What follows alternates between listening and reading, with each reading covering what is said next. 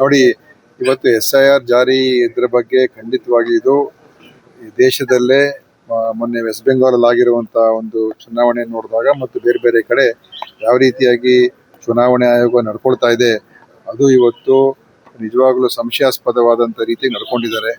ಅವ್ರ ಮೇಲೆ ನಂಬಿಕೆ ವಿಶ್ವಾಸ ಇವತ್ತು ದೇಶದಲ್ಲಿ ವಿರೋಧ ಪಕ್ಷಗಳಿಗೆ ಇಲ್ಲ.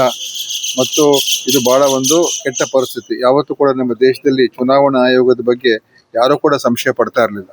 ಯಾಕಂದ್ರೆ ಅದು ನಿಷ್ಪಕ್ಷಪಾತವಾಗಿ ಸ್ವತಂತ್ರವಾಗಿ ಅವರು ನಿರ್ವಹಣೆ ಮಾಡ್ತಾ ಇದ್ರು.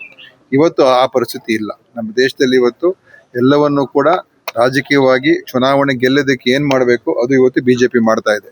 ಎಲ್ಲವನ್ನೂ ಉಪಯೋಗಿಸುವಂಥದ್ದು. ಈಗ ನೋಡಿ, ನೀವು ಪಂಜಾಬ್ ಎಲೆಕ್ಷನ್ ಬರ್ತಾ ಇದೆ, ಅಲ್ಲಿ ಈಗ ED IT ಹೋಗಿ ಅಲ್ಲಿ ಬಿದ್ದಿದ್ದಾರೆ. ಅದು ಪಂಜಾಬ್ ಎಲೆಕ್ಷನ್ ಆಗಿದ ತಕ್ಷಣ ಕರ್ನಾಟಕಕ್ಕೆ ಬರ್ತಾರೆ.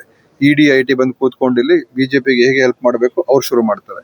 ಇದು ಏನಾಗೋಗಿದೆ, ಎಲ್ಲಾ ಸಂಸ್ಥೆಗಳನ್ನ ಇವರು ತಮ್ಮ ಚುನಾವಣೆ ಗೆಲ್ಲೋದಕ್ಕೆ ಏನ್ ಬೇಕಾದ್ರೂ ಮಾಡೋದಕ್ಕೆ ತಯಾರಾಗೋಗಿದ್ದಾರೆ. ಆದ್ರೆ ಕರ್ನಾಟಕದಲ್ಲಿ ಈಗ SIR ಇದಕ್ಕೆ ಚುನಾವಣಾ ಆಯೋಗ ನೋಡಿ, ಚುನಾವಣಾ ಆಯೋಗ ಅದರ ಒಂದು ಏನು ಆದೇಶ ಇರುತ್ತೆ ಅದು ಪಾಲನೆ ಆಗ್ಲೇಬೇಕಾಗ್ತದೆ. ಅದ್ರ ಬಗ್ಗೆ ಎರಡು ಮಾತಿಲ್ಲ. ಯಾಕಂತ ಹೇಳಿದ್ರೆ ಅದು ಕಾನೂನು.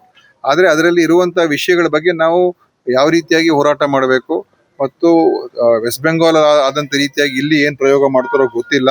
ಅಲ್ಲಿ ಎಷ್ಟು ಜನ ವೋಟರ್ ಲಿಸ್ಟ್ ಅಲ್ಲಿ ಇದ್ದಂತಹ ಹೆಸರುಗಳನ್ನ ಅವರು ಅದನ್ನ ಪೂರ್ತಿಯಾಗಿ ತೆಗೆದಾಕ್ಬಿಟ್ರು. ಸುಮಾರು 29 ಲಕ್ಷ ಜನ ಟ್ರೈಬ್ಯುನಲ್ ಮುಂದೆ ಅರ್ಜಿ ಹಾಕೊಂಡಿದ್ದಾರೆ ನಮ್ಮ ವೋಟ್ ಇದೆ ಅಂತ.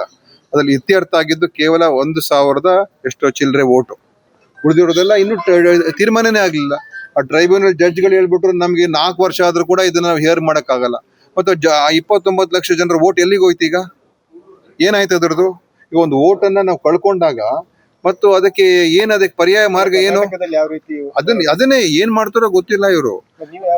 ಸೊ ಇದನ್ನ ನಾವು ಹೋರಾಟ ಮಾಡ್ತೀವಿ, ಕಾನೂನಾತ್ಮಕವಾಗಿ ಹೋರಾಟ ಮಾಡಬೇಕು. ನಮ್ಮ ಇವತ್ತು ಇಲ್ಲಿ ನಾವು ಬೇರೆ ರೀತಿಯಾಗಿ ಏನೇನು ಅವ್ರು ಮಾಡ್ತಿರ್ತಾರೆ ನೋಡ್ಕೊಂಡು ಅದಕ್ಕೆ ನಾವು ಸಜ್ಜಾಗುವಂಥದ್ದು ಕೂಡ ಮಾಡ್ಕೋಬೇಕಾಗ್ತದೆ. ಮತ್ತು ಏನಾದ್ರೂ ಅವರು ಈಗ ವೆಸ್ಟ್ ಬೆಂಗಾಲ್ ಏನ್ ಮಾಡಿದ್ರು, ಅದೊಂದು ಹೊಸ ಒಂದು ಸಾಫ್ಟ್ವೇರ್ ಎಲ್ಲ ಉಪಯೋಗ ಮಾಡಿ ಆ ಸಾಫ್ಟ್ವೇರೇ ಯಾರನ್ನ ಮತಗಳನ್ನ ತೆಗಿಬೇಕು ಆ ಸಾಫ್ಟ್ವೇರ್ ಡಿಸೈಡ್ ಮಾಡ್ಬಿಡ್ತು. ಆಯ್ತಾ? ಆ ತರದಕ್ಕೆಲ್ಲ ಅವಕಾಶ ಸಿಗಬಾರ್ದು.